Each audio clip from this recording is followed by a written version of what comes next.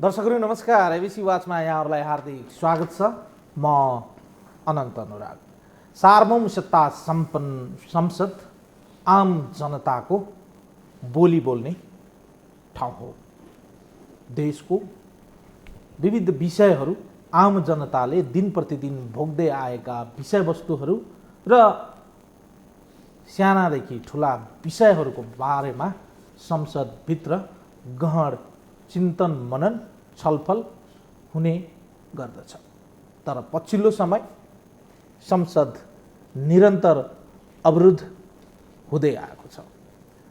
प्रमुख प्रतिपक्षी दल नेपाली कांग्रेस र मधेस केन्द्रित दल राजपा नेपाल एकजुट भएर संसद निरन्तर अवरुद्ध गर्दै आएका छन्। प्रमुख प्रतिपक्षी दल र राजपाका केही मागहरू छन्। ती मागहरू पुरा नहुन्जेलसम्म संसद निरन्तर अवरुद्ध भइरहने दुवै पार्टीले एकसाथ अडान र आफ्नो स्पष्ट क्लियर लाइन अगाडि सारेका छन्। त्यसो हो भने चाहिँ संसद कहिलेसम्म अवरुद्ध भइरहलान् वा संसद अवरुद्धको विकल्प हामीसँग छैन वा यो अवरुद्धलाई सुचारू गर्नका लागि कसको भूमिका के हो, कसले यसको नेतृत्व लिएर यो विषयवस्तुहरूलाई समाधान गर्ने र संसदलाई सुचारू गर्ने। संसद प्रतिपक्षको पनि हो, सत्तारूढ दलको पनि हो। पालै पालो आफ्ना विचार तर्क वितर्क आफ्ना भनाइहरू संसदमा राख्ने नै हो। तर मेरो गुरुको 12 टका भनेर बच्चा जस्तै पहिला मैले बोल्न पाउनुपर्छ, पहिला सत्तारूढले बोल्न पाउनुपर्छ, पहिला प्रतिपक्षले बोल्न पाउनुपर्छ भन्ने तर्क गरिरहने हो भने यो जग हँसाइको खेलभन्दा अरू केही हुनै सक्दैनन्। सहमतिको विकल्प छैन संसदभित्र। यदि संसदलाई सुचारू गर्ने हो भने सहमतिको लागि वातावरण बनाउने दायित्व पनि संसदका प्रमुख सभामुखज्यूको हो। सभामुखज्यू चुप लागेर बस्नै पाउनुहुन्न। उहाँले यसको नेतृत्व लिन अग्रसरता देखाउनु पर्दछ र त्यसै गरी सत्तारूढ दल र प्रतिपक्षी दलका नेताहरूले तत्काल संसदलाई कसरी सुचारू गर्न सकिन्छ भन्ने विषयमा गहन छलफल वार्ता र संवादको थालनी गर्नुपर्दछ। हामी बहस गर्नेछौँ। एकातर्फ संसदीय सर्वोच्चता कायम हुनुपर्दछ भनेर हामीले भनिरहँदा अर्कोतर्फ हामीले आफैले संसदको मर्यादालाई कायम गर्न सकेका छौँ वा छैनौँ हामी प्रश्न गर्नेछौँ। सत्तारूढ दल र प्रतिपक्षी दलका दुईजना माननीय सांसदज्यूहरूसँग हामीसँग हुनुहुन्छ नेकपाका सांसद पदम गिरिजी र हामीसँग हुनुहुन्छ नेपाली कांग्रेसका सांसद देवेन्द्र राज परेलजी। दुवैजनाले कार्यक्रममा स्वागत। तपाईँ दुवैजनाले कार्यक्रममा स्वागत गर्नुहोस्। धन्यवाद। धन्यवाद। देवेन्द्र राजजीबाट सुरु गर्न चाहे। प्रतिपक्षीसँग संसद अवरुद्धको विकल्प छैन? होइन, नहोइनँ। त्यो त अब सत्ता पक्षले खुला गर्नु पऱ्यो र अघि कुरो आइसक्यो। यहाँले आफ्नो भन्ने क्रममा नै भनिसक्नुभयो। हेर्नुहोस्, जुनसुकै मुलुकमा यदि ह्युमन राइट्स छैन भने, मानवाधिकारको यदि प्रत्याभूति छैन भने त्यहाँ फेरि अप्ठ्यारो हुन्छ। र यो सर्लाहीको घटनालाई लिएर जो व्यक्ति कुन पार्टी या कुन विषयसँग हामीसँग कुनै त्यसको ताल्लुक छैन, र कुनै पनि व्यक्तिको आफ्नो जिउने अधिकार हुन्छ र बाँच्ने अधिकार उसको उसमा निहित हुन्छ। र कुनै किसिमका कुनै घटना यदि कुनै अपराधिक क्रियाकलापमा छ भने नियन्त्रणभन्दा बाहिर गयो भने त्यसलाई इन्काउन्टरमा या जसै तपाईँ गर्नुहोस्।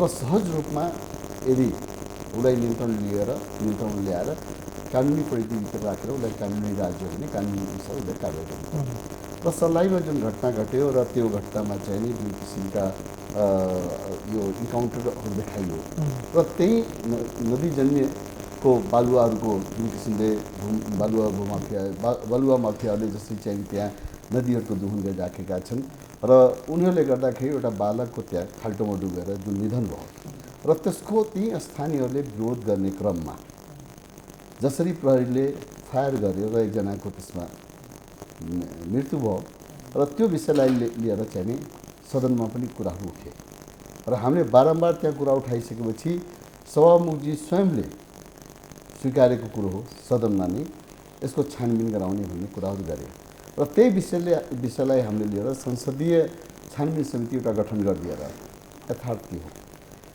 जो त्यहाँ जुन घटना घट्यो र प्रहरीद्वारा त्यो घटना घटेको छ भने प्रहरीलाई नै यदि अनुसन्धान गर्न दियो भने उसले त आफ्नै अनुकूलता ल्याउँछ सबै कुराहरू। त्यस कारण सबभन्दा संसदबाट संसदीय छानबिन समिति सत्ता पक्ष प्रतिपक्ष अरू दलका जुन साना दलहरू छन् सबैलाई एउटा राखेर एउटा कमिटी छानबिन संसदीय समिति नै किन भन्ने सवाल छ।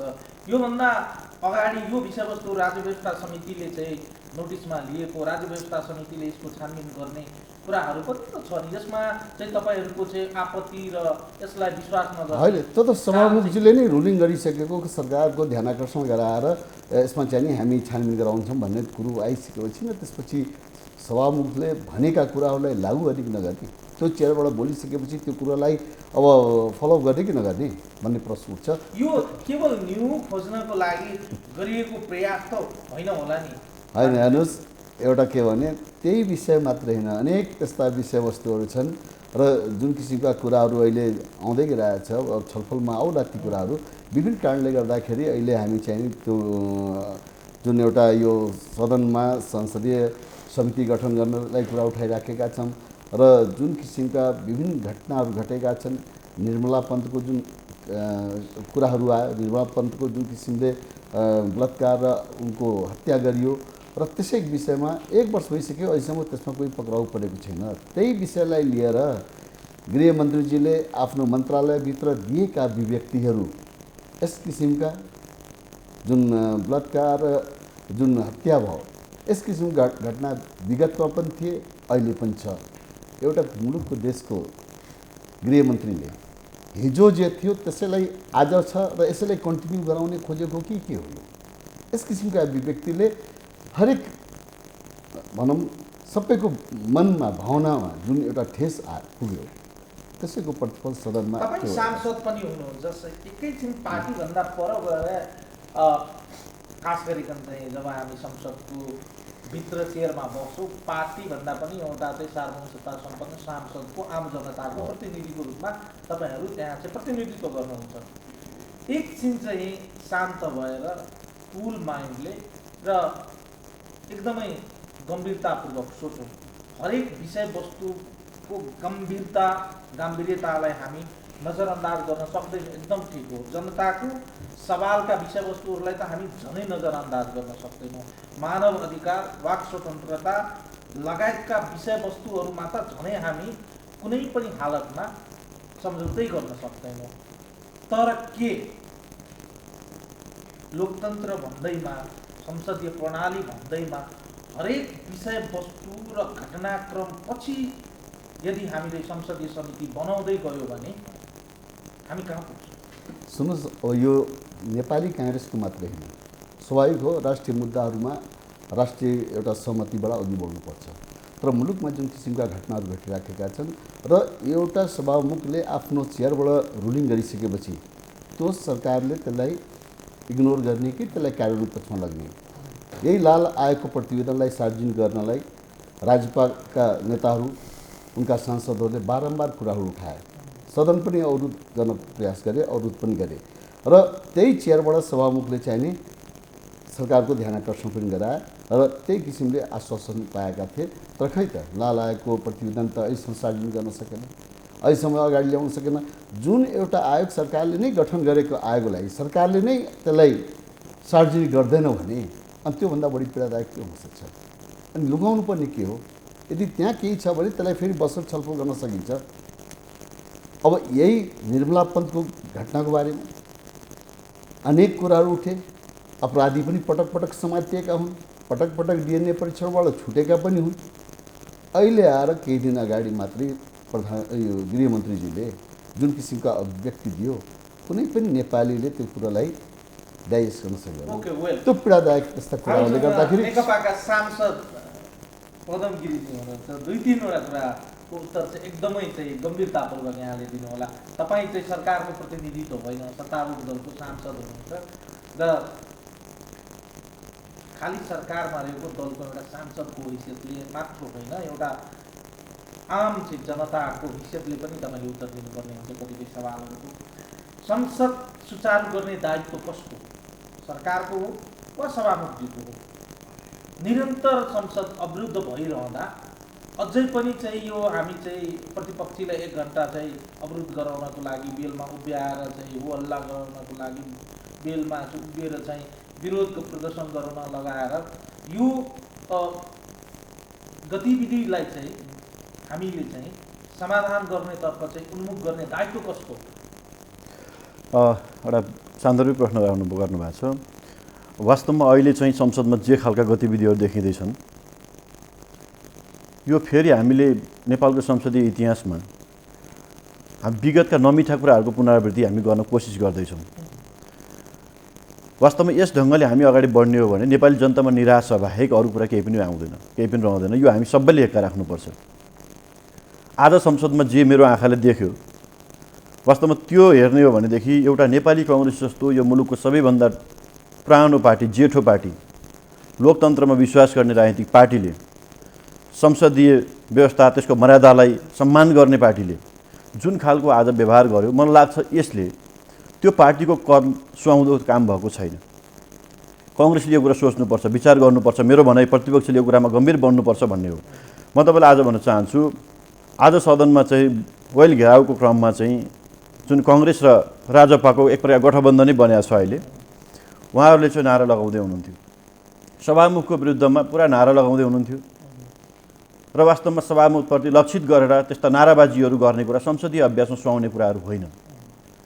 त्यो वास्तवमा यत्रो मेच्योर राजपा त हिजो जन्मिएको पार्टी हो, विभिन्न एउटा परिस्थितिले जन्मायो त्यो पार्टीलाई, अलग कुरा हो। तर काङ्ग्रेस भनेको धेरै सिनियर एउटा लोकतन्त्रको आन्दोलनमा धेरै पटक धेरै भट्टीमा खारिएर आएको पार्टीले त्यसको नेतृत्वले यो गर्न मलाई लाग्छ उपयुक्त कुरा हो भन्ने मलाई लाग्दैन। होला अहिले के छ भने नेपाली काङ्ग्रेसको ठुलो नेतृत्व पङ्क्ति चुनाव हारेर बाहिर बसेको छ। चुनावको परिणाम नेपाली काङ्ग्रेसको अनुकूलतामा नआएपछि अहिले निर्वाचित भएर गएका कि जनप्रतिनिधिहरूलाई, सांसदज्यूहरूलाई बाहिर रहेको पक्षले, बाहिर रहेका पार्टीका नेता कार्यकर्ताहरूले संसदहरूले प्रभावकारी ढङ्गले भूमिका खेल्न सकेन भन्ने ढङ्गले विभिन्न ढङ्गले दबावहरू पनि परेको छ। पत्र पत्रिका मिडियाहरूमा पनि प्रतिपक्षी छ कि छैन भनेर आएको छ। यसले गर्दाखेरि केही त हामीले गर्नुपर्छ यति बेला भन्ने काङ्ग्रेसको सांसदज्यूहरूलाई, प्रतिपक्ष महानीतिहरूलाई लागेको हुनसक्छ। तर पनि यति बेला के हो भने हामीले प्रभावकारी भूमिका निभाउने भन्ने नाउँमा वास्तवमा संसदको मर्यादालाई नै गिराउने गरी वास्तवमा चाहिँ हामी जानुपर्ने गन्तव्य एकातिर छ, त्यसलाई एउटा अन्यलता सिर्जना गरेर राष्ट्रलाई अर्को एउटा द्वन्द्वको भुमरीमा जाने, वास्तवमा एक किसिमको जनतामा निराशा पैदा हुने यस्ता खालको गतिविधि हामीले गर्नु हुँदैन। यो कुरा म राख्न चाहन्छु। सभामुखज्यूले संसद अवरुद्ध हुँदैछ भन्ने कुराको पूर्व सूचना वा सङ्केत पाइसकेपछि संसद बस्नुभन्दा अगाडि कार्यव्यवस्था समितिको बैठक त निरन्तर हुँदो हो नि त? अवश्य पनि कार्यव्यवस्था समितिमा सभामुखज्यूले बैठकमा धेरैचोटि प्रयास गर्नुभएको छ, छलफल भएको छ भनेर यी कुरा बाहिर आएकै छन्। वास्तवमा चाहिँ सत्तापक्ष, प्रतिपक्ष लगायतका दलहरूका चाहिँ नेताज्यूहरू जो कार्यव्यवस्था समितिमा हुनुहुन्छ त्यहाँ घन्टौँसम्म छलफल भएर सदनसम्म आउने अवस्था बनेको छ। त्यसमा त लुकाउनु पर्ने कुरा छैन, त्यो सबैले देखेको छ। तर मैले के भन्दैछु भने मुख्य गरी नेपाली काङ्ग्रेसले यति बेला बुझ्नुपर्ने, प्रतिपक्ष दलले बुझ्नुपर्ने कुरा के छ भने आज जसरी सभामुखको विरुद्धमा चाहिँ नाराबाजी गर्ने काम भयो त्यति मात्रै होइन, यतिसम्म भयो कि रेशम चौधरीलाई रिहा गर भनेर चाहिँ बेल घेराउ गरेर एउटा क्याम्पसको गेटमा विद्यार्थीले नारा लगाए, क्याम्पस चिफको विरुद्धमा नारा लगाए जस्तो गरी उहाँहरूले नारा लगाउनु भयो। अदालतले लगेर थुनेको छ। अदालत अहिले पनि मुद्दा विचार दिने अवस्थामा अदालतमा छ। त्यस्तो परिस्थितिको विषयवस्तुलाई संसदमा वेल घेराउ गरेर संसद चल्न दिँदैनौँ, रेशम चौधरीलाई रिहा गर्नुपर्छ भनेर माग गर्ने भन्ने कुरा कुनै दुनियाँमा लोकतन्त्रमा सुहाउने कुरा हो? यस्तो काम पनि नेपाली काङ्ग्रेस जस्तो राजनीतिक पार्टीले गर्न सुहाउँछ? यो कुरा उहाँहरूले सोच्नुपर्छ, विचार गर्नुपर्छ भन्ने मलाई लाग्छ। अर्को प्रतिपक्षी दलका सांसदहरूलाई सोध्नुभन्दा अगाडि सत्तारूढ दलकै सांसदलाई आज सोध्न मन लाग्यो। सभामुखज्यू दलविहीन हुनुहुन्छ, अहिले कुनै दलको हुनुहुन्न, उहाँको कुनै पार्टी छैन। हिजोसम्म उहाँ कुनै पार्टीको एउटा सदस्य हुनुहुन्थ्यो, अहिले चाहिँ उहाँ चाहिँ दलविहीन स्वतन्त्र एउटा नागरिकको रूपमा चाहिँ सभामुखको पदमा, गरिमामय पदमा आसीन्न हुनुहुन्छ। निष्पक्ष रूपमा बताइदिनुहोस् त, संसदलाई सहज तरिकाले कसैप्रति भेदभाव नराखिकन संसदीय मर्यादालाई कायम गरेर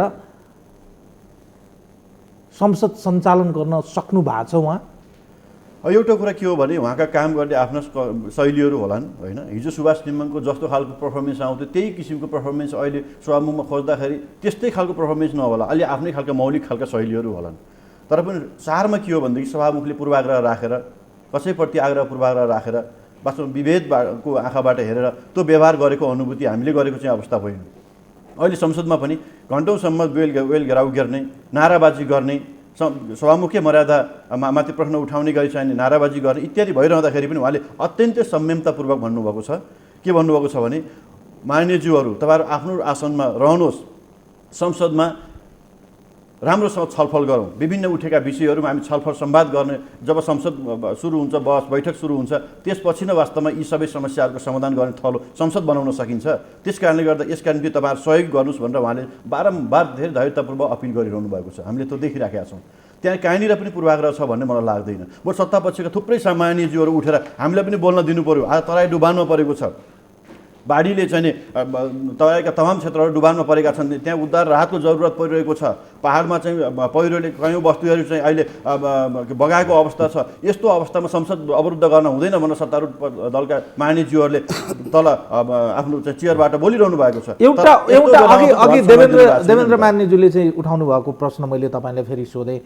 संसद सञ्चालन नभइरहेको अवस्थामा बारम्बार सभामुखज्यूले सरकारमाथि गरेको रुलिङलाई सरकारले चाहिँ नटेरेको हो, यसरी बुझौँ हामी? एउटा कुरा चाहिँ के छ भनेदेखि वास्तवमा चाहिँ सभामुखले दिएको रुलिङ निर्देशनलाई सरकारले अवज्ञा गर्ने भन्ने प्रश्न हुँदैन।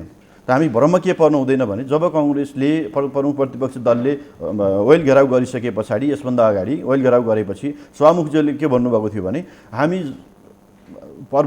सत्तापक्ष प्रतिपक्ष लगायतका दलका माननीयज्यूहरूसँग आवश्यक परामर्श छलफल गरेर यसको निकास हामी निकाल्छौँ भनेर सभामुखज्यूले भनेर भन्नुभएको हो होइन। त्यहाँनिर नै हामी संसदीय छानबिन समिति गठन गर्छौँ भनेर कति बेला पनि सभामुखज्यूले बोल्नु भएको छैन।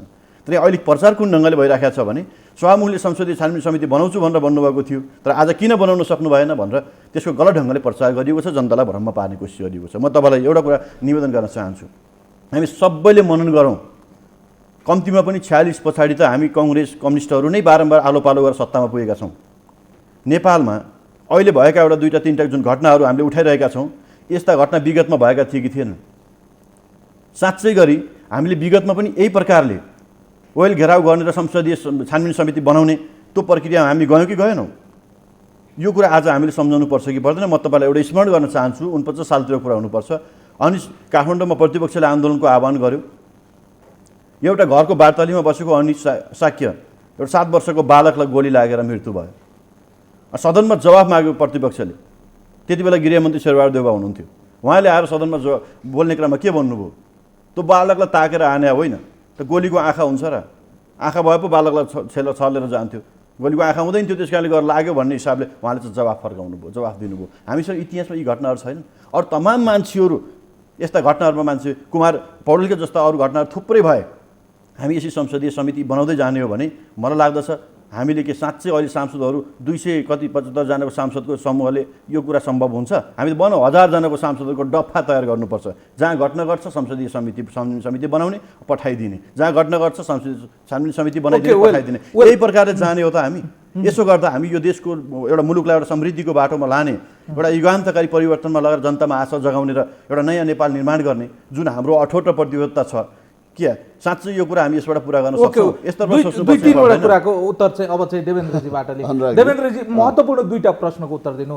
तपाईँहरूले चाहिँ सभामुखज्यूको चाहिँ अनुहार नमन पर्या हो कि उहाँको गतिविधि मन नपर्या हो कि उहाँ चाहिँ त्यो कुर्सीमा आसन्न भएको चाहिँ तपाईँहरूलाई चित्त नबुझ्या हो कि संसदभित्र सभामुखज्यू कुनै दलको प्रतिनिधिको रूपमा नरहेको अवस्थामा तपाईँहरूको चाहिँ नारा, तपाईँहरूको चाहिँ हरेक गतिविधि चाहिँ उहाँप्रति लक्षित भएर चाहिँ गम्भीर आरोप, सङ्गीन आरोपहरू पनि लगाउँदा चाहिँ कहाँनिर चाहिँ प्रतिपक्षी दलले संसदीय मर्यादालाई कायम गरेको देखियो? अब हुन त मानिसजीले धेरै कुरा राख्नुभयो र सबभन्दा महत्त्वपूर्ण कुरा सदनभित्रको जुन गरिमा या सदनभित्र जुन एउटा व्यवहार हुनुपर्ने हो, जुन किसिमको आचरण हुनुपर्ने हो, संसदीय मर्यादा अनुसार हुनैपर्छ। त्यसमा कुनै दुई मत त्यो त छैन। खालि त्यसमा त प्रतिपक्षी होइन, के म भन्दैछु। सत्तारूढ दलको र म सभामुखको भन्दैछु। होइन के अरे प्रतिपक्षी दलको सांसदज्यूको पनि होइन। संसदीय दलको नेताको पनि हरेक व्यक्तिको दायित्व हो नि होइन, त्यो त। मैले भन्दैछु त्यो त स्वाभाविक हो। म त हेर्नुहोस् 2051 सालमा र 56 सालको सरकारमा त्यो बेला पनि त्यो सदनमा म थिएँ जब सिंहदरबारभित्र चाहिँ प्रतिनिधि सभा थियो, जब पूर्ण मेजोरिटी कसैको थिएन। त्यो बेलाको त इतिहास थाहा छ सबै। त्यहाँ पक्ष र सत्तामा काङ्ग्रेस हुँदाखेरि प्रतिपक्षका कुराहरू, त्यो बेला त भनौँ न यहाँ त त्यस्तो सदनको बनावट छैन।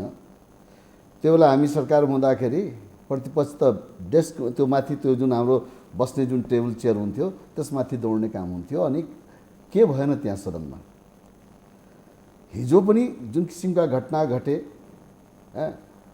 सत्तामा आएपछि सबैले आदर्शका कुरा गर्छन्, तर प्रतिपक्षमा हिजो मैले के गरेँ र आज हामी त त्यो क्रियाकलाप त गरिराखेका छैनौँ।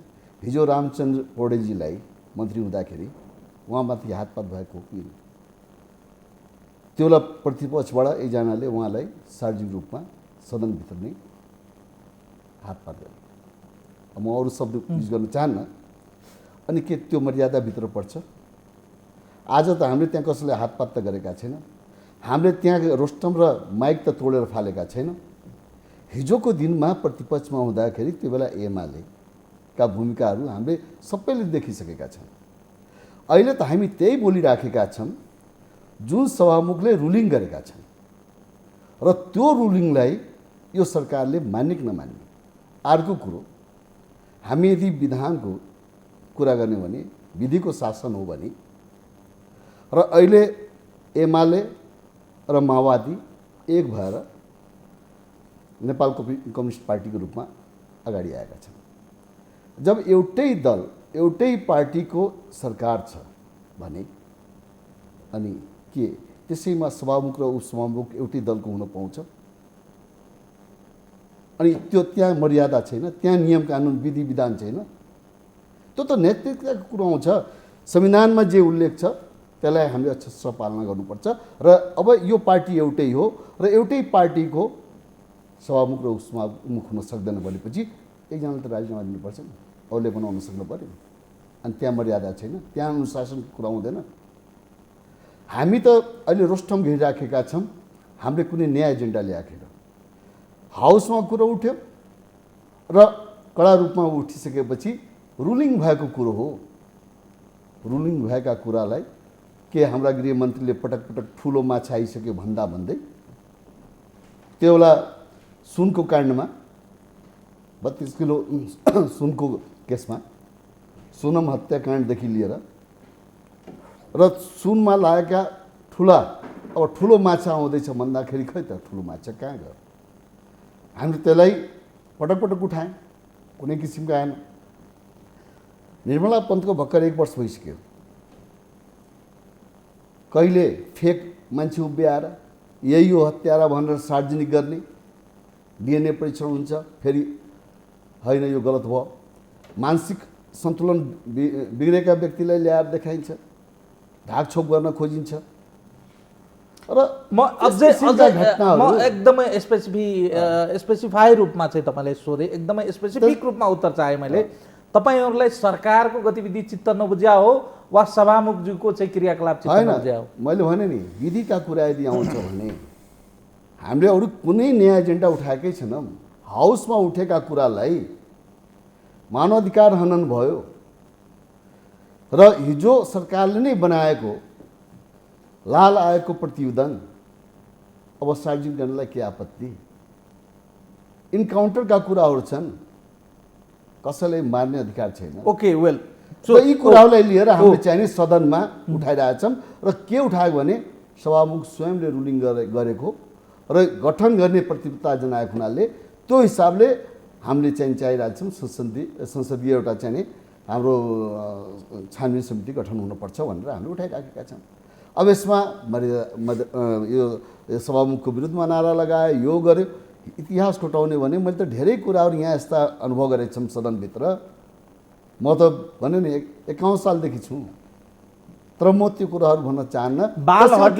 बालहटले संसदीय मर्यादा यो कायम गर्न सकिन्छ? बालहट होइन, हेर्नुहोस्, 2/3 झन्डै 2/3 सरकार हो यो।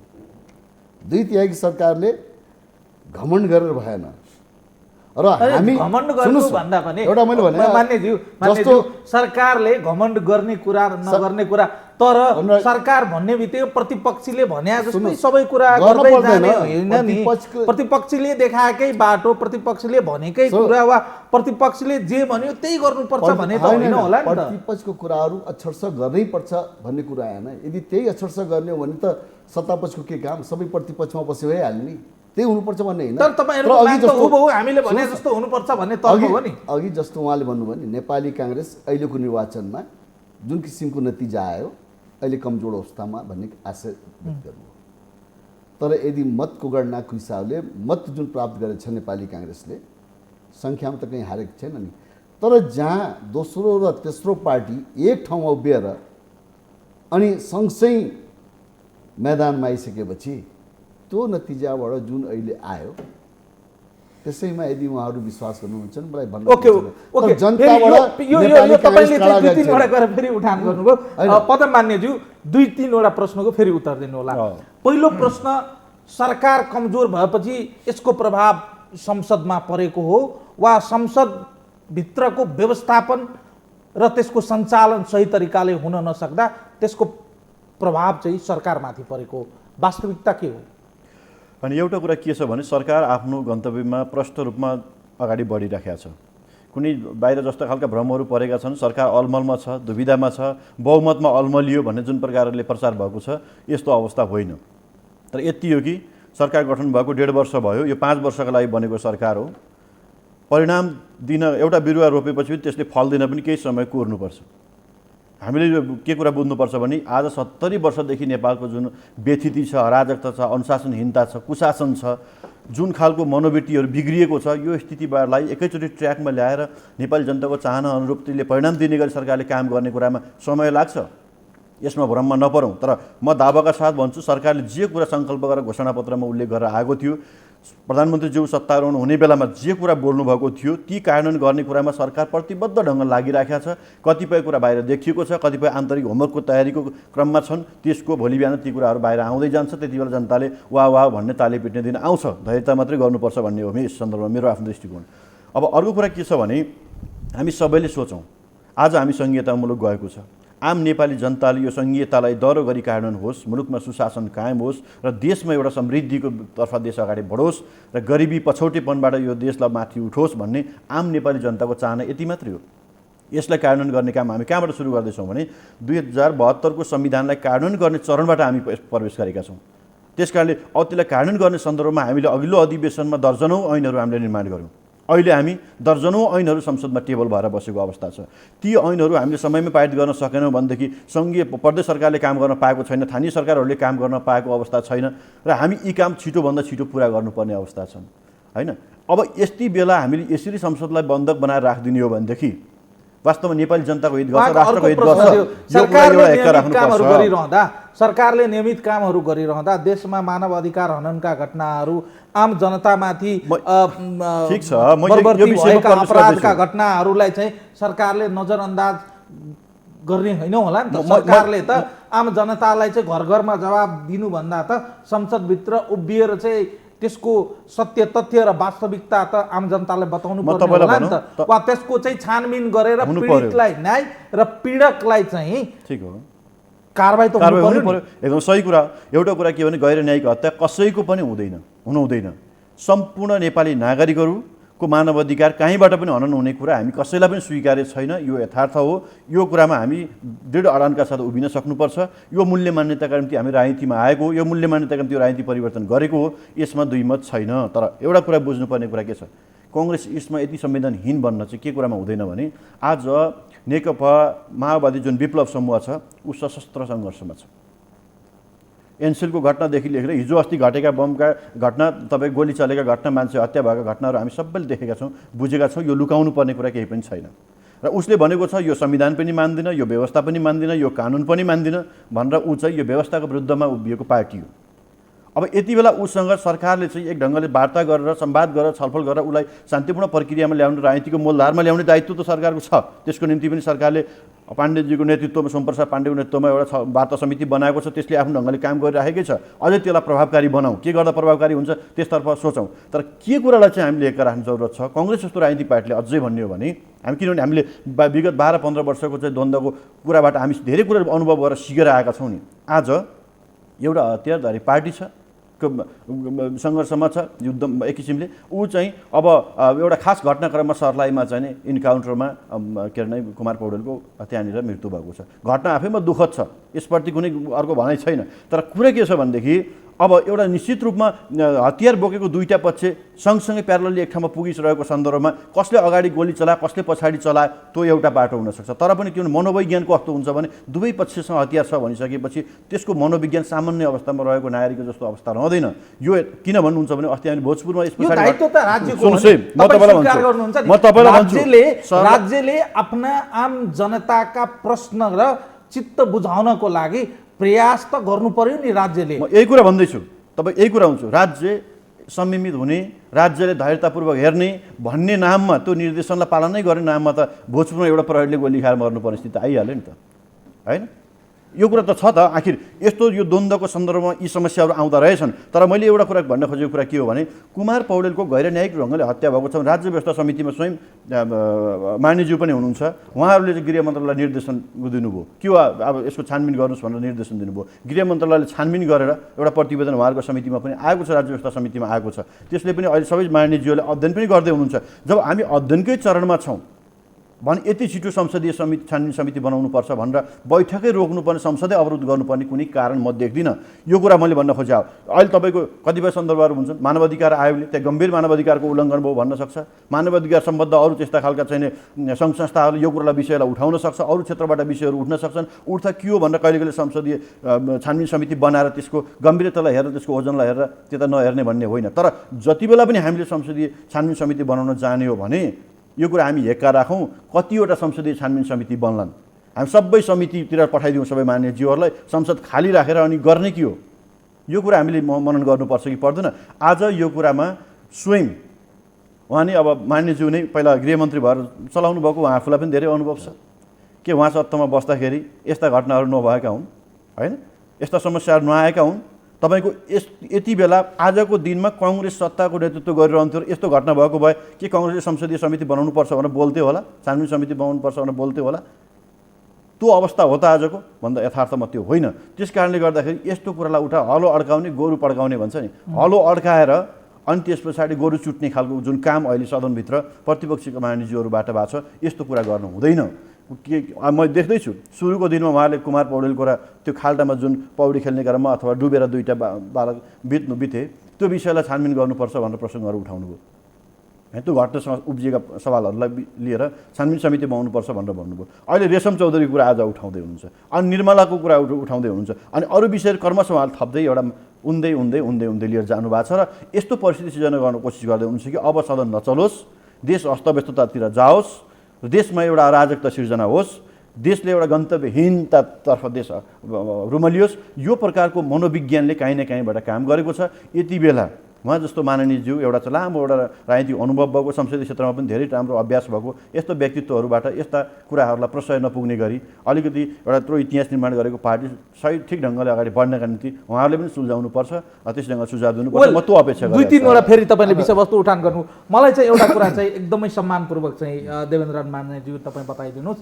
सत्तामा हुँदा चाहिँ, सत्ता बाहिर हुँदा चाहिँ एकदमै चाहिँ राम राज्यको कल्पना गर्ने, सत्तामा जाँदा चाहिँ रावण राजको चाहिँ स्वरूप देखाउने, यो त स्वाभाविक प्रक्रिया जस्तो लाग्न थाल्यो हामीलाई। अब हेर्नुहोस् अनुरागजी, अब यहाँ के छ भने हुन त अब अघि उहाँले भन्नुभयो कुनै पनि रिजल्ट आउन टाइम लाग्छ, स्वाभाविक हो। सरकारले योजनाहरू तय गर्दैछ र तत्काल आउँदैन। हामी पनि पर्खिरहेका छौँ, चाँडैभन्दा चाँडै चीनबाट पनि ट्रेन आओस्, हामी पानी जहाज हामी कहाँ आओस्, हामी चाहन्छौँ घर घरमा ग्यास टक्क गर्ने बित्तिकै बोलोस्। त्यो त उहाँहरूले जुन एउटा सपना देखाउनु भएको छ त्यो त हामी वेट गर्दैछौँ, आजै आइहाल्छ भन्ने होइन, तर त्यसको एउटा कुनै न कहीँ एउटा सिम्टम त देख्नु पर्यो। खैर त्यो पनि आफ्नो ठाउँमा छ। र यहाँ अघि चाहिँ गैर न्यायिक हत्याका कुराहरू आए, कुमार पौडेलको कुरा आयो, त्यो कुन पार्टीसँग आबद्ध छन् त्यो हाम्रो सरोकारको विषय हो। ह्युमन राइट्सका कुरा यदि मानव अधिकार आयोगको कुरा गर्ने हो भने अहिलेको यो सरकारले त मानव अधिकार आयोगलाई न्यायाधिवक्ताको कार्यालयमा थन्काउन खोजिरहेछ।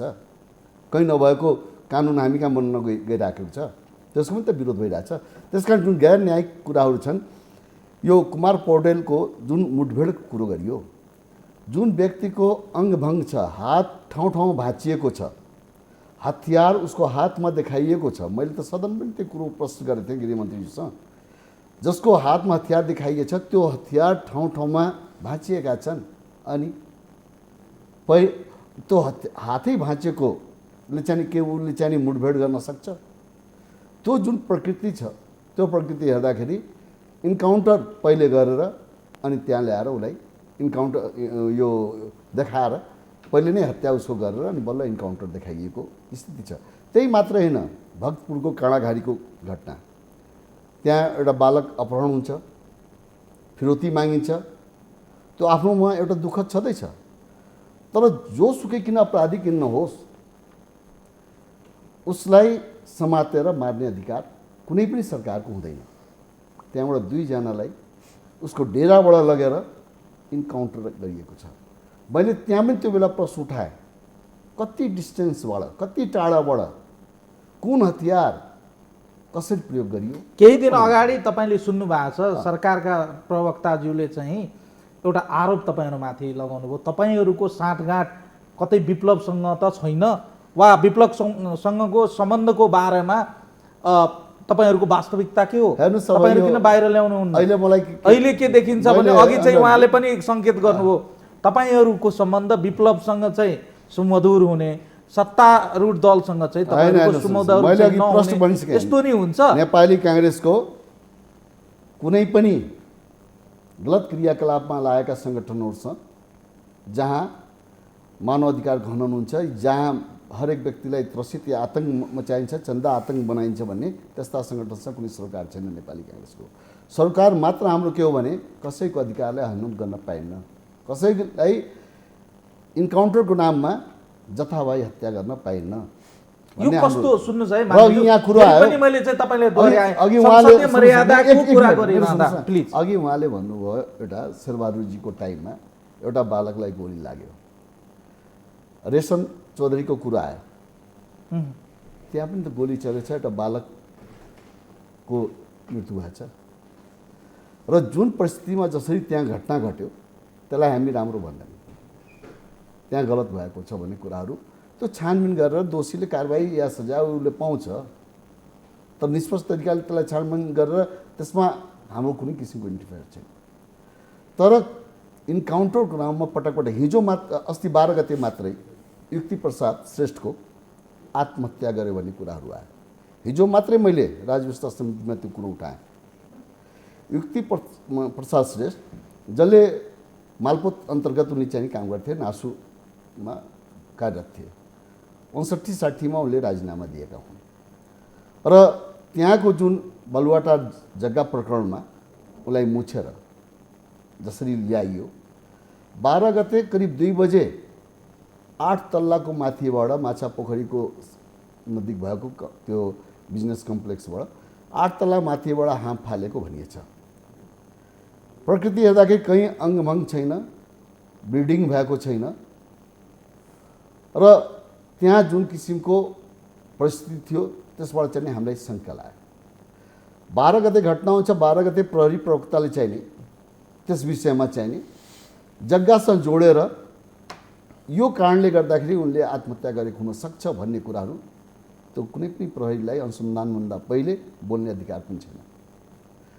13 गते बल्ल उसको पोस्टमार्टम रिपोर्टहरू आएका छन् र त्यो घटनामा हिजो मात्रै अख्तियारकोबाट पनि कुराहरू उठेका छन्। युक्ति प्रसादबाट धेरै कुराहरू अगाडि आइसकेका छन् जानकारीमा। एउटा नासु र खर्दाको कति अधिकार पावर छ त्यहाँ त्यो जग्गामा भूमाफियाहरूसँग मिलेर त्यो जग्गाहरू व्यक्ति विशेषको नाम गर्नलाई। त्यो केसमा प्रधानमन्त्रीका नाम जोडिएका छन्, मन्त्रीहरू इन्भल्भ भएका छन्, कम्युनिस्ट पार्टीका वरिष्ठ नेताहरूले जग्गा किनेर त्यहाँ आफूलाई अगाडि उभ्याएका छन्। हेर्नुहोस्, कुनै पनि व्यक्ति अपराधी मात्रै होइन, या कुनै व्यक्तिले गलत यदि काम गर्छ भने र कुनै चिज गलत खरिद बिक्री गर्छ भने बेच्नेवाला त दोषी छँदैछ, तर किन्ने मान्छे पनि दोषी हुन्छन्। किनभने हाम्रो कानुनमा पनि त्यही छ। यदि जग्गाको कुरो यदि गर्ने हो भने कम्युनिस्ट पार्टीका जो लिडर छन् उसले जग्गा त्यहाँ किनेकै हुन्, चाहे फ्रीमा पाउनु म भन्दैन, तर जग्गा यदि किनेका हुन् भने कोबाट किने? त्यही भूमाफियाहरू जो अहिले भागेका छन् भनेपछि चोरीको माल किन्नु पनि त अपराधी हो। आज कहीँ त्यस्ता ठुल्ठुला नेतालाई जोगाउनलाई युक्ति प्रसाद जस्तालाई कहीँ त्यो घटना देखाएर त्यो घटनाको अहिले घटनाको रचना गरेर ठुल्ठुला नेताले उम्काउन खोजेको त होइन। तर आम रूपमा 2-3वटा कुरा चाहिँ महत्त्वपूर्ण कुराहरू चाहिँ संसदभित्र पछिल्लो समय नजिर स्थापित गर्ने प्रयास गरेको देखियो मान्यज्यू। सम्भवतः मलाई लाग्छ संसदीय प्रणालीमा यस्तो नहुनुपर्ने हो। म चाहिँ धेरै ज्ञाता होइन संसद प्रणालीको, तर जे देखे, जे आम जनताको नजरबाट जे संसदभित्र भएको गतिविधि हामीले अवलोकन गर्ने अवसर पायौँ, त्यो चाहिँ बडो अजीब र बडो एकदमै चाहिँ फरक दृश्यहरू देखा पर्यो। यो नजिरहरू हामी किन स्थापित गर्न खोज्दैछौँ? ठिक छ, अहिलेको तपाईँहरूले एउटा इस्युलाई अगाडि सारेर तपाईँहरू संसद अवरुद्ध गर्दै हुनुहुन्छ। यसलाई यदि हामीले सामान्य रूपमै बुझ्यौँ भने पनि यसलाई चाहिँ ल ठिक छ, प्रतिपक्षी दलको हैसियतले तपाईँहरूको यो माग चाहिन्छन्, तर हाम्रो संसदभित्र कस्तो विषयवस्तुमा चाहिँ अवरुद्ध भएको पायो भने कसले प्रस्ताव अगाडि पहिला लाने त्यसको विषयमा संसद अवरुद्ध गरेको देखियो। को पहिला बोल्ने संसदभित्र त्यसको विरुद्धमा संसद अवरुद्ध भएको देखियो। सभामुखज्यू बोलिराख्नुहुन्छ, अर्कोतर्फ चाहिँ जुरुक्क उठेर चाहिँ सांसदज्यूहरू चाहिँ मर्यादाको ख्यालै नगरिकन चाहिँ बोल्न तम्सिनुहुन्छ। यो कस्तो मर्यादा कायम गर्न खोज्दैछौँ हामी? सभामुखज्यू बसिराख्नु भएको छ, सभामुखज्यूलाई चाहिँ हामी सर्वोच्च ठाउँमा बसाएका छौँ। उच्च ठाउँमा बसाउनुको त केही अर्थ होला नि? तपाईँहरू तल बस्नुभएको केही अर्थ होला नि? सत्तारूढ दलका सांसदहरू एकातर्फ बसेको केही अर्थ होला नि? तपाईँहरू अर्को चेयरमा बसेको, तपाईँहरूको र नै अलग गरिदिएको त्यसको केही अर्थ होला नि? सरकारका मान्छेहरू अगाडि बस्या केही त अर्थ होला नि? हामी त यी सामान्य विषयवस्तुहरूलाई पनि हेक्का राखेको छैन जस्तो देखिन्छ। अब हेर्नुहोस्, अब यहाँ जुन हेक्का राखिएन या के गरियो भन्ने कुराहरू उठाइराख्नुहुन्छ, स्वाभाविक हो। त्यस्ता कुराहरू, त्यस्ता गतिविधिहरू हामी जुन संसदीय मर्यादाको विपरीत जानुहुन्न भन्ने कुरो हामीलाई पनि थाहा छ र त्यो अनुकूल जानुपर्छ भन्ने कुरो। तर आज यो मुलुकको अवस्था के छ? हामीले त्यो चाहिँ नि जुन प्रस्ताव ल्याइयो बाढीको सम्बन्धमा, बाढी पहिरो गयो भन्ने कुराहरू नेपाली काङ्ग्रेसले पहिले दर्ता गराएर त्यसमा चाहिँ नि छलफल गर्ने, ध्यानाकर्षण गराउने भन्ने प्रस्तावहरू जुन ल्याइएको थियो, त्यसमा 2/3 सरकारले मै पहिले राख्छु भन्ने कुरामा, त्यसमा पनि आफ्नो एउटा यही हो भन्ने कुरामा त्यसरी प्रस्तुत हुन एउटा सांसदको हैसियतले सोधे, म एउटा जनता, तपाईँ दुईजना चाहिँ सत्तारूढ प्रतिपक्ष, मेरो लागि तपाईँहरूले जसले पहिला बोले पनि आम रूपमा त्यसले लाभान्वित हुने भने जनता न हो। बाढी पहिरोको लागि ल्याइने प्रस्ताव चाहे सरकारले ल्याओस् चाहे प्रतिपक्षी दलको सांसदज्यूहरूले ल्याउनुहोस्, त्यसले फाइदा त अन्ततः पाउने भनेको बाढी पीडितहरूले नै हो भने यसमा दोहोरी खेल्नु र यसको लागि संसदमा अवरुद्ध गर्नु र यसलाई चाहिँ न्यूको विषय बनाउनु कतिको जायज रह्यो? त्यही चिन्ता गरेर नेपाली काङ्ग्रेसका नेता शेरबहादुरजी त त्यो बाढीमा पुग्नु भएको छ नि सबभन्दा पहिले गएर। उहाँ त हेलिकप्टर लिएर जानु भएन, हेलिकप्टरले राउन्ड लगाएर त फर्किनु भएन, उहाँ त त्यो गाउँ गाउँमा पुग्नु भएको छ। त्यो चिन्ता नभइकन त उहाँले त त्यसरी जानुहुन्न। काङ्ग्रेसलाई पनि चिन्ता छ, प्रतिपक्षलाई पनि चिन्ता छ, त्यस कारण चाहिँ त्यतापट्टि हामी इग्नोर गरेका होइनौँ। र सदनमा जुन किसिमको हेर्नुहोस् अहिलेको जुन अवस्था छ, प्रधानमन्त्री कुनै एउटा दलको होइन, यो मुलुकको हो र हामी सबैको प्रधानमन्त्री हो। र यो मुलुकमा कुनै किसिमको घटना यदि घट्छ भने त्यो नैतिक जिम्मेवारी उहाँले लिनुपर्छ। आज केही दिन अगाडि तपाईँले त्यो विषादी फलफुलका कुराहरू सुन्नुभयो, निकै नै चर्चामा आयो। क्वारेन्टाइनहरूले ठाउँ ठाउँमा जसरी चेक गर्नुपर्ने, ल्याब जसरी हामीसँग हुनुपर्ने, त्यसको पर्याप्त नहुँदाखेरि एकाएक त्यसलाई चाहिँ नि बढी विषादी आयो भनेर रोकियो। रोक्नुभन्दा अगाडि या त पहिले हामीले तयारी गर्नु पर्थ्यो र यदि हामीले डिक्लेयर गरिसकेपछि र त्यहाँ विषादी छ भनेर ठहर भइसकेपछि के नेपाली जनतालाई विषादी खुवाउने? अनि के प्रधानमन्त्रीजीसँग पटक पटक त्यहाँ हाउसमा कुरो उठिसकेपछि र जसरी त्यो विषादी रोकियो, फलफुललाई रोकियो, तत्काल केही समयपछि त्यसलाई खोल्ने आदेश हो। कसरी खोलियो? त्यो भारतीय दूतावासबाट पत्र आयो, त्यो पत्रको आधारमा खुलेको भन्ने कुरो चर्चामा आइसकेपछि ती कुरा उठ्दाखेरि प्रधानमन्त्रीले के भन्नुभयो? कसले पढ्यो, कसले देख्यो, कहाँबाट पत्र आयो, के को पत्र आयो भन्ने उहाँले त ठुलो स्वरमा बोल्नु भयो नि। आखिर त्यो कपी त हरेक ठाउँ गयो नि। देशको प्रधानमन्त्रीले विषादी जस्तो नेपाली जनताले बिख खाइरहेछ, ठाउँ ठाउँमा अप्रिय घटनाहरू भइराखेका छन्, त्यही जहाँबाट विषादी युक्त आयो फलफुलहरू, त्यही मुलुकमा कैयौँ बालबालिकाहरू मरेका छन्। हामी कहाँ त्यो आउँदैछ भनेर रोकिसकेपछि र झुटा विवरण चिठी आएकै छैन भनेर भन्दाखेरि एउटा मन्त्रालयले उहाँलाई त्यो कुरो जानकारी गराउन नसक्ने, उहाँ आवेश आएर बोलिदिने, त्यसले गर्दा कसलाई नोक्सान भयो? आज उहाँले त्यो शब्दलाई त फिर्ता लिनुभयो, मैले गलत बोलेछु, मलाई भ्रमित गरियो। त्यही मात्र होइन, उहाँले त ठुल्ठुला स्वरमा बिना मास्क लाएर हिँड्न सकिन्छ यो भ्यालीमा भनेर बोल्नु छ। पानी परे हिलो, नपरे धुलो, यहाँ त त्यही छ। अब त्यति पनि देख्नुहुन्न, बन्द गाडीमा, अब एसीको गाडीमा, चारैतिर सेक्युरिटी भयो गाडीमा, अघि पछि धुलो नै नदेख्ने हाम्रा प्रधानमन्त्रीजीले। अनि यो जनतालाई के पल्युसन खुवाएर जनताको बाँच्ने अधिकार छैन? ओके पदम मान्यज्यू, संसदभित्र सभामुखज्यू लाचार, सत्ता सञ्चालनमा रहेका दलका मन्त्रीहरू लाचार, सरकारलाई सहयोग गरिराख्या हाम्रा कर्मचारी तन्त्र लाचार, संसदभित्र तपाईँ सांसदहरू लाचार, आम जनताको गुनासा, आम जनताको समस्या, आम जनताले भोगेका पीर मार्का कहाँ गएर बिसाउने, कसलाई सुनाउने?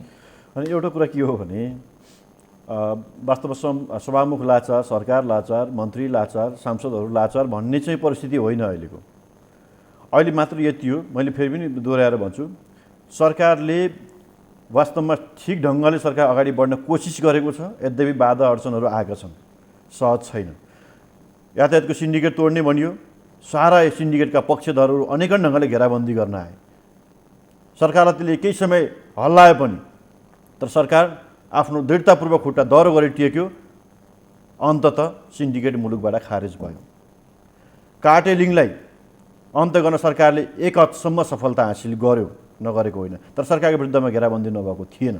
म तपाईँलाई भन्छु, विषादीको कुरा आजबाट होइन, उहाँ मन्त्री हुँदाखेरि पनि यसरी नै इन्डियाबाट चाहिँ तरकारीहरू फलफुलहरू यसरी आइराखेकै थियो, यस्तै विषादीयुक्त खाना आएको थियो। हामीले वर्षौँदेखि खायौँ। मेरो बुवा पनि क्यान्सर भएर बित्नुभयो है, गत साल मात्रै बित्नुभयो, 70 वर्ष पनि पुग्नु भएको थिएन। सायद यस्तै विषादी तरकारी खाएर भित्र जानुभयो मेरो बुवा पनि। जो सरकारमा बस्यौँ हामी सबैले मम गरौँ, तर आज यो सरकारले यसरी प्रयोगशालामा परीक्षण नगरिकन, विषादी जाँच नगरिकन तरकारी ल्याउने, फलफुल ल्याउने र नेपाली नागरिकलाई खुवाउने कुरा बेठिक छ। यो रोक्नुपर्छ भनेर जम्मरको सरकारले सुरु गरेको छ। यसलाई हामीले सलाम गरौँ। प्रतिपक्षले के भन्नु पर्यो? यो काम ठिक हुँदैछ, हामी साथ दिन्छौँ भनेर समयमा बोल्नु पर्यो। तर पहिला भनियो के, प्रतिपक्षको मानिसहरूले संसदभित्रै के बोल्नुभयो भने आज तरकारी चाहिँ कन्टेनरहरू सारा लाम लगाएर चाहिँ उसमा नाकामा राखिएको छ, तरकारी ल्याउनु दिएको छ, नेपाली जनता तरकारी खुवाउन अबबाट वञ्चित गरिँदैछ, फलफुल खान नदिने खालको परिस्थिति बनाइँदैछ भनेर सदनमा प्रतिपक्षका मानिसहरू सुरुमै सबभन्दा पहिला बोल्नुभयो। र एउटा यथार्थता के हो भने सरकारका विभिन्न मन्त्रालयहरूको बिचको प्रभावकारी समन्वयको अभावले गर्दाखेरि, जुन ल्याबको अभाव हाम्रो थियो, त्यो समयमा जानकारी प्राप्त नहुँदाखेरि काठमाडौँसम्म, भैरवासम्म, अरू ठाउँहरूमा लगेर ल्याबमा तरकारी परीक्षण गरेर त्यहाँ तरकारी अनि त्यस पछाडि त्यसलाई गेट पास दिने क्रममा केही समय लाग्ने, जसले गर्दा तरकारी र जुन फलफुलहरू सड्ने कुने स्थिति रहिसकेपछि निश्चित रूपमा भारतले चासो लियो। तर एउटा कुरा के हो भने सरकारले फेरि पनि भनेको छ तुरुन्तै 6 महिनाभित्र त्यहाँनिर प्रयोगशालाहरू स्थापना गर्ने र परीक्षण गरेर मात्रै भित्राउने कामलाई अगाडि बढाउनु भनेर आवश्यक बजेटसहित त्यहाँ व्यवस्था भइसकेको छ र ती नाकाहरूमा चाहिँ ती क्वारेन्टाइनहरूमा प्रयोगशाला स्थापना हुने काम प्रक्रिया अगाडि बढिसकेको छ। यी कुराहरू उल्लेखनीय कुरा हुन् कि होइनन्? सरकारले आँट गर्यो, ठिक छ, आँट गर्ने क्रममा केही परीक्षा दिने मान्छे कहिले फेल हुनसक्छ, कुनै ठाउँमा केही नम्बर कम आउन सक्छ, तर पनि उसले गरेको अठोटलाई त हामीले स्वीकार्न सक्नु पऱ्यो नि। यी कुरा हामीले ध्यान दिनुपर्छ। अहिले प्रतिपक्षको वाणिज्यहरूको एउटा कुरा मलाई असाध्यै खड्किएको कुरा के छ भने कुमार पौडेलको 4 ठाउँमा हात भाँचिएको थियो, यो भएको थियो, अनि त्यसकारण 4 ठाउँमा हात भाँचिएको मान्छे कसरी मर्यो भनेर पुरै उहाँहरू प्रहरीको एउटा अनुसन्धानकर्ता जस्तो भएर प्रतिपक्ष वाणिज्यहरू बोल्दै हुनुहुन्छ। संसदीय छानबिन समिति बनाउनु पर्यो। म भन्न चाहन्छु के संसदीय छानबिन समितिले त्यहाँ गएर घटनाको मुचुल्का तयार गर्छ कि त्यही प्रहरीले गरेको मुचुल्का अध्ययन गर्ने हो? घटना मुचुल्का के पोस्टमार्टम यहीँको संसद माननीयज्यूहरू गएर त्यहाँ पोस्टमार्टम गर्नुहुन्छ, रिपोर्ट तयार गर्नुहुन्छ कि त्यही हस्पिटलले डक्टरले गरिदिएको पोस्टमार्टमलाई आधार मान्ने हो कि बाहिर बजारमा सुनेका आधारमा चाहिँ धारणा बनाउने हो? एउटा कुरा म भन्छु, यही हजुरको मिडिया मार्फत म अनुरोध गर्न चाहन्छु, बडो इमान्दारिताका साथ भन्छु, संसदीय तपाईँको छानबिन समिति भनेको निश्चित रूपमा हामी सबै सांसद एउटा राजनीतिक दलमा आस्था राख्नेछौँ। कोही सत्तापक्ष छौँ, कोही प्रतिपक्ष छौँ, कोही अर्को दलमा छौँ। हामी सबैले आफ्ना आग्रह बोकेर त्यो ठाउँमा पुग्छौँ अनि हाम्रो आग्रहहरू मिसिन्छन्, त्यसले राजनीतिक रङ प्राप्त गर्छ। यो बेकारको कुरा हो, यो बाटो लाग्नु अर्थ पनि म देख्दिनँ। हेर्नुहोस्, बरु राज्यका निकायलाई स्वतन्त्र ढङ्गले छानबिन गर भनेर हामीले छोड्नुपर्छ, सहयोग गर्नुपर्छ। त्यो दायित्व हाम्रो दायित्व हो। यस ढङ्गले जानुपर्ने। आज यो प्रतिपक्ष यो ठाउँबाट विचलित भयो, यसमा मलाई सबभन्दा ठुलो चिन्ताको विषय हो। यो यहाँ म राख्न चाहन्छु। अब अर्को कुरा, अहिले चाहिँ जुन खालको सरकारले केही पनि गरेको छैन भन्ने कोणबाट म प्रश्नहरू उठिरहँदाखेरि हेर्दै जाउँ न केही समय। हिजो आज पनि तपाईँको मिडियामा हेर्दै हुनुहुन्छ, घर घरमै अहिले पेट्रोलको चाहिँ ग्यासको चाहिँ लाइनहरू प्रधानमन्त्रीज्यूले अघिल्लो पटक प्रधानमन्त्री हुँदा बोलेको कुरा अहिले प्रत्येक घरमा पुगेन होला। यद्यपि काहीँ डेमो प्रोजेक्टको रूपमा केही ठाउँहरूमा सुरुवात भएकै छ, होइन? हावाबाट बत्ती नै आउन सक्दैन भन्नुहुन्थ्यो प्रतिपक्ष मानिसज्यूहरूले। केही ठाउँहरू मुस्ताङ लगायतका ठाउँहरूमा त्यो पनि प्रयोगमा आइसकेको छ, हुँदो रहेछ भन्ने एउटा इक्जाम्पल सेट गर्ने काम भएको छ। नदेखेको तेस्रो आँखा खुलाइदिने काम भएको छ। मात्र यो भन्न खोजेँ, अहिले भारतसँग हामीले सुमधुर सम्बन्ध राखेर नयाँ एउटा आपसी हितको आधारमा हामीले सम्बन्धहरूलाई विकास गरेका परिणामहरू पनि क्रमशः देखिन सुरु गर्यो। हिजो 2-3 भन्दा बन्दरगाह प्रयोग गर्दै थिएनौँ, आज 5-7वटा बन्दरगाह भारततिर हामीले अहिले प्रयोगमा ल्याउने स्थिति बन्यो, समझदारी भइसकेको अवस्था छ, कार्यान्वयनमा आउने अवस्था बनिसकेको छ। पेट्रोलियम पाइपलाइन भर्खरै अब 2टा देशका प्रधानमन्त्रीसँगै बसेर उद्घाटन गर्ने छलफलको तहमा छ।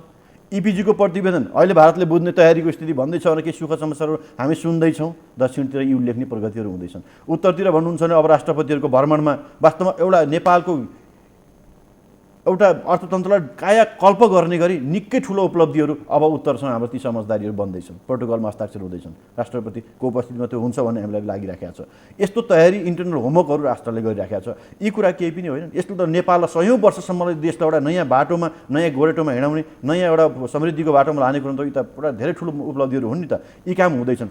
यस प्रतिपक्षले यस सन्दर्भमा सरकारलाई सहयोग गरोस्। र म आज सरकार प्रतिपक्षका मानिसहरूलाई मेरो अनुरोध के हो भने हामी केही नपाउँदा यस्ता चाहिँ हुन त मान्छे भिरबाट खस्न लाग्यो भने के गर्छ भने पाएसम्म राम्रै रुखै हाँगो समाउँछ, पाएन भने खरको त्यान्द्रो भयो भने समाउनुपर्छ।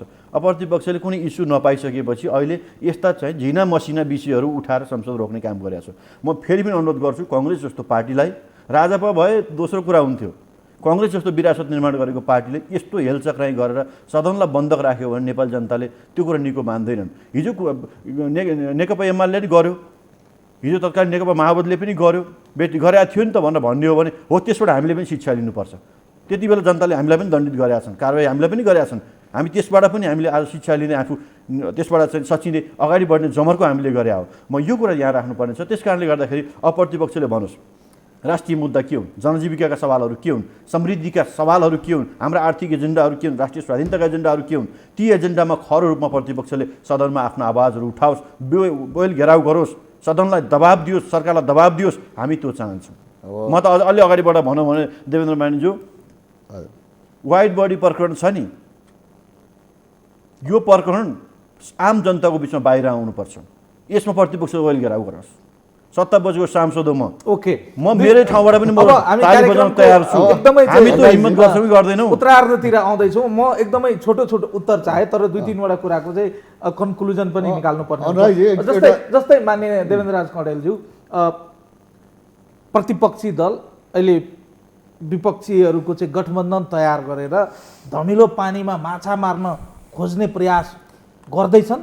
हेर्नुहोस्, म भनौँ हिजो पनि हामी त्यो बेला विषम परिस्थितिमा चाहिँ नि मन्त्रालय हामीले हेरेका हौँ र त्यो बेला पहिले के थियो, पहिलेका घटनाहरू जुन भए अब आजको मितिबाट यस्ता घटनाहरू हामी हुन दिन्नौँ भनेर प्रतिबद्धताका साथ हामी चेयरमा बस्थ्यौँ र शान्ति सुरक्षा व्यवस्था कायम गर्नलाई आफूले भ्याएसम्म प्रयास गरिन्थ्यो। तर कदापि यो भनिन्थ्यो हिजो जे थियो आज पनि छ, भोलि बल्ल बल्ल यो कन्ट्रोल होला नहोला, यस किसिमले शासन चल्दैन। र गृहमन्त्रीजीले जे भाषा बोल्नुभयो, हिजो पनि बलात्कार र हत्या भइरहेको थिए, आज पनि छ। यो कुनै पनि व्यक्ति या कुनै पनि पावर या मन्त्रीको रूपमा बसेको एउटा देशको जिम्मेवार व्यक्तिले त्यो बोल्नै सक्दैन। र यो जुन क्वारेन्टाइन नभएको कारणले हिजो पनि त्यो विषादी फलहरू आइरहेको थिए। क्वारेन्टाइन थियो त्यो बेला पनि, तर ध्यान कसै गएन होला। यहाँहरूको ध्यान गइसकेपछि थाहा पाएपछि जर खुवाउने। तपाईँलाई थाहा नहुँदा यदि विष खानुहुन्छ भने अब नथाहा पाइकन खाइयो, अनेक कुरा खाइन्छ। अहिले डाबरका कुराहरू आइरहेछ, डाबरमा जुन किसिमको आर्सेनिकहरूको मात्रा बढी छ, सबैले त नेपाली जनताले खाइरहेछन् डाबर प्रोडक्टका सामानहरू। तर अहिले त आयो नि, त्यसले गर्दाखेरि जटिल समस्या ल्याइरहेछ भनेर थाहा पाएपछि न बल्ल कसरी कन्ट्रोल गर्ने। हिजो विषादी आउँथे तर ध्यान गएन। हिजो क्वारेन्टाइनहरू थिए, त्यहाँबाट प्रयोगशालाहरू थिए, चेक हुन्थ्यो। अब कमी कमजोरी भएको रहेछ।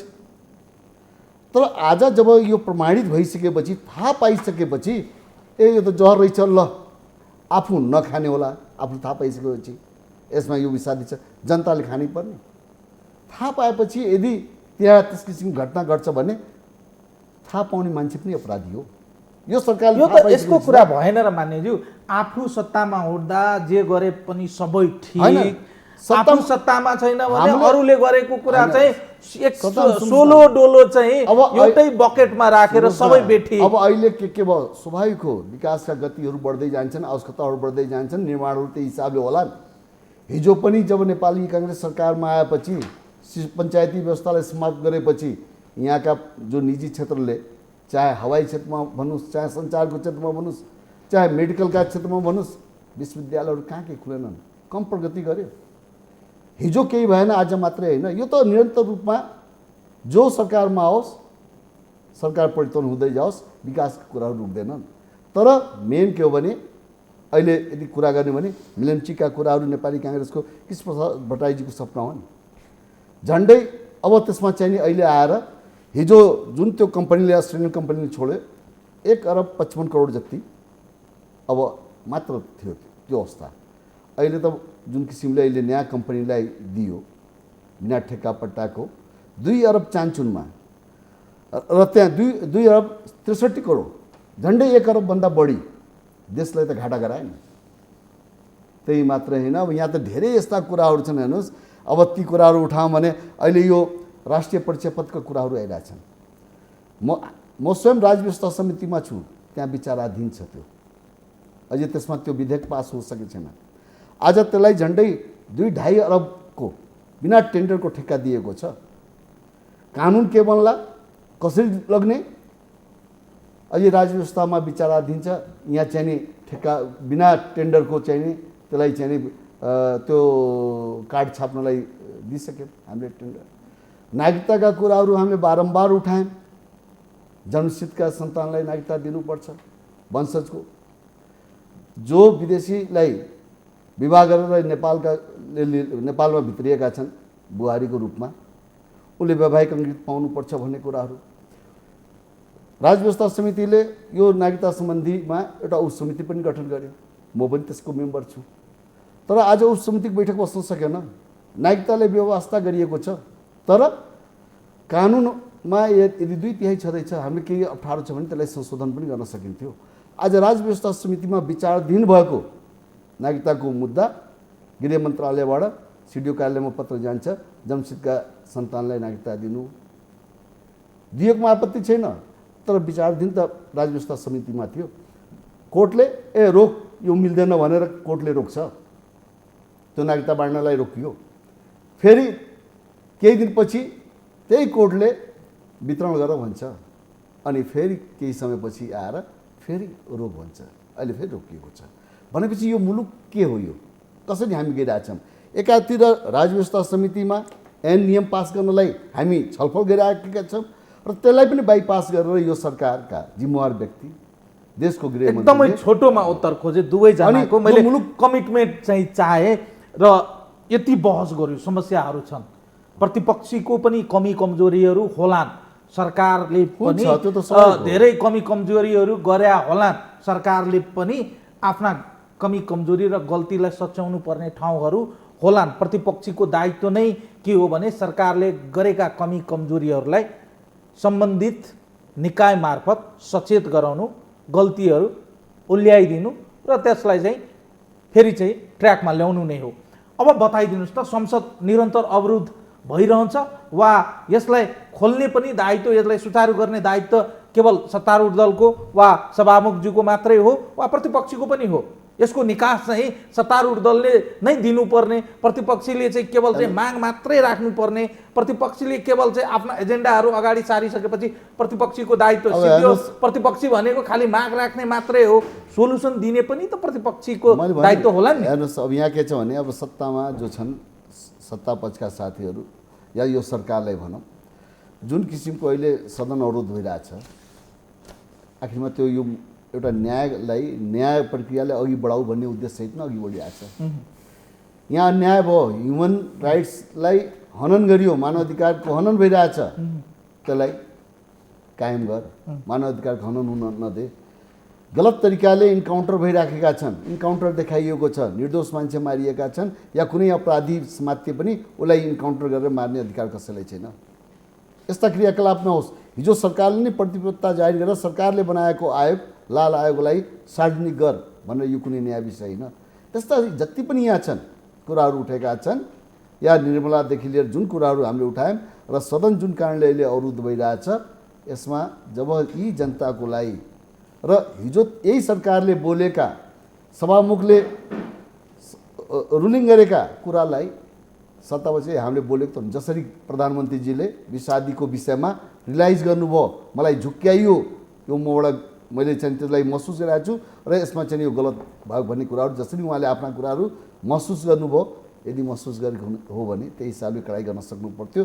त्यही महसुस आज सदनमा सभामुखले जो बोलिसकेपछि, यो सरकारले बोलिसकेपछि, जुन कुरालाई, जुन मागलाई लिएर अहिले यो सदन अवरुद्ध भइरहेछ, मेरो आग्रह छ सत्ता पक्षमा, तपाईहरू 2/3 बलमा हुनुहुन्छ, तर जनतालाई न्याय त चाहियो।